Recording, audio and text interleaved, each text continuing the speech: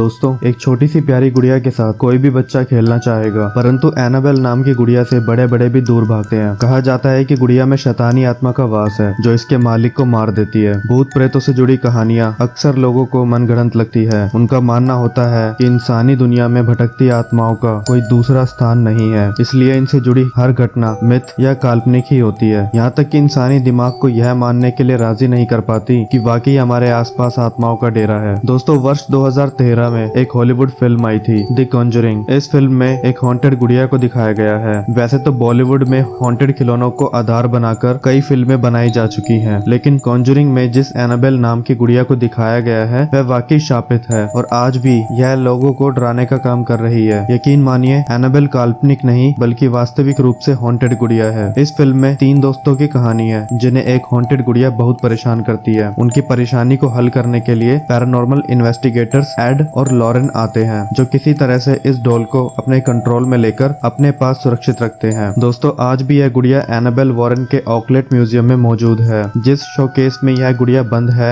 उस शोकेस के बाहर चेतावनी के तौर पर यह लिखा भी है, डू नॉट ओपन। लेकिन बहुत ही कम लोग इस बात को जानते हैं कि एनाबेल आई कहां से। इसके शापित होने की कहानी। एनाबेल की कहानी की शुरुआत वर्ष 1970 से होती है, जब डोना को उसकी मां ने जन्मदिन पर यह गुड़िया गिफ्ट की थी। डोना नर्सिंग की पढ़ाई कर रही थी और अपनी एक फ्रेंड के साथ रहती थी। डोना अपनी माँ के इस तोहफे से बहुत खुश थी और इस डॉल को अपने पास बेड पर ही रखकर सोती थी। कुछ दिन बाद डोना और उसकी फ्रेंड को इस गुड़िया में कुछ अजीब सा लगने लगा। यह गुड़िया अपने आप हिलने लगती, एक जगह से दूसरी जगह अपने आप मूव करने लगती। जब डोना और उसकी फ्रेंड कॉलेज से घर आते तो उन्हें वो डॉल कहीं दूसरी जगह ही मिलती। कमरा बंद होने के बावजूद भी वह एनाबेल नाम की डॉल बाहर उन्हें पड़ी हुई मिलती। कुछ ही दिनों बाद घर का माहौल और डरावना होने लगा। घर के अंदर हेल्प मी जैसे मैसेजेस लिखे हुए दिखने लगे। लिखावट देखकर ऐसा लगता था जैसे किसी छोटे बच्चे ने यह मैसेजेस लिखे हैं। फिर हालात और बिगड़ने लगे और एक रात डोना ने देखा कि एनाबेल की पीठ और सीने पर खून के धब्बे थे। आखिर दोनों लड़कियां यह डिसीजन ले ही लेती हैं कि उन्हें किसी की हेल्प की जरूरत है। डोना एक ऐसी शख्स को बुलाती है जो इन आत्माओं से बात कर सकता है। जब वह गुड़िया से बात करने लगा तो उसने बताया कि इस गुड़िया के अंदर एक बच्ची एनाबेल की आत्मा है जो पहले इस घर में रहती थी। 7 साल की उम्र में उसकी मृत्यु हुई थी, पर अब वह डोना के साथ ही रहना चाहती है। डोना को लगा बच्चे की आत्मा तो उन्हें कुछ करेगी ही नहीं, इसलिए उन्होंने एनाबेल को अपने पास ही रखा। लेकिन यह उनकी सबसे बड़ी गलती साबित हुई, क्योंकि उस गुड़िया में किसी बच्चे की नहीं बल्कि शैतानी आत्मा का वास था। डोना और उसकी दोस्त के अलावा उस घर में लू नाम का एक लड़का भी रहता था, जिसे एनाबेल बिल्कुल पसंद नहीं करती थी। लू कई बार डोना को यह चेतावनी दे चुका था कि इस डॉल में शैतानी आत्मा है, लेकिन कोई उसकी बात पर विश्वास नहीं करता था। एक दिन सुबह लू ने बताया कि रात के समय उस डॉल ने उसे मारने की कोशिश की थी, परंतु डोना ने सोचा कि लू ने कोई डरावना सपना देखा है इसलिए ऐसा कह रहा है। परंतु एक दिन डोना के घर पर ना होने के बावजूद उसके कमरे से चलने की आवाजें आती हैं।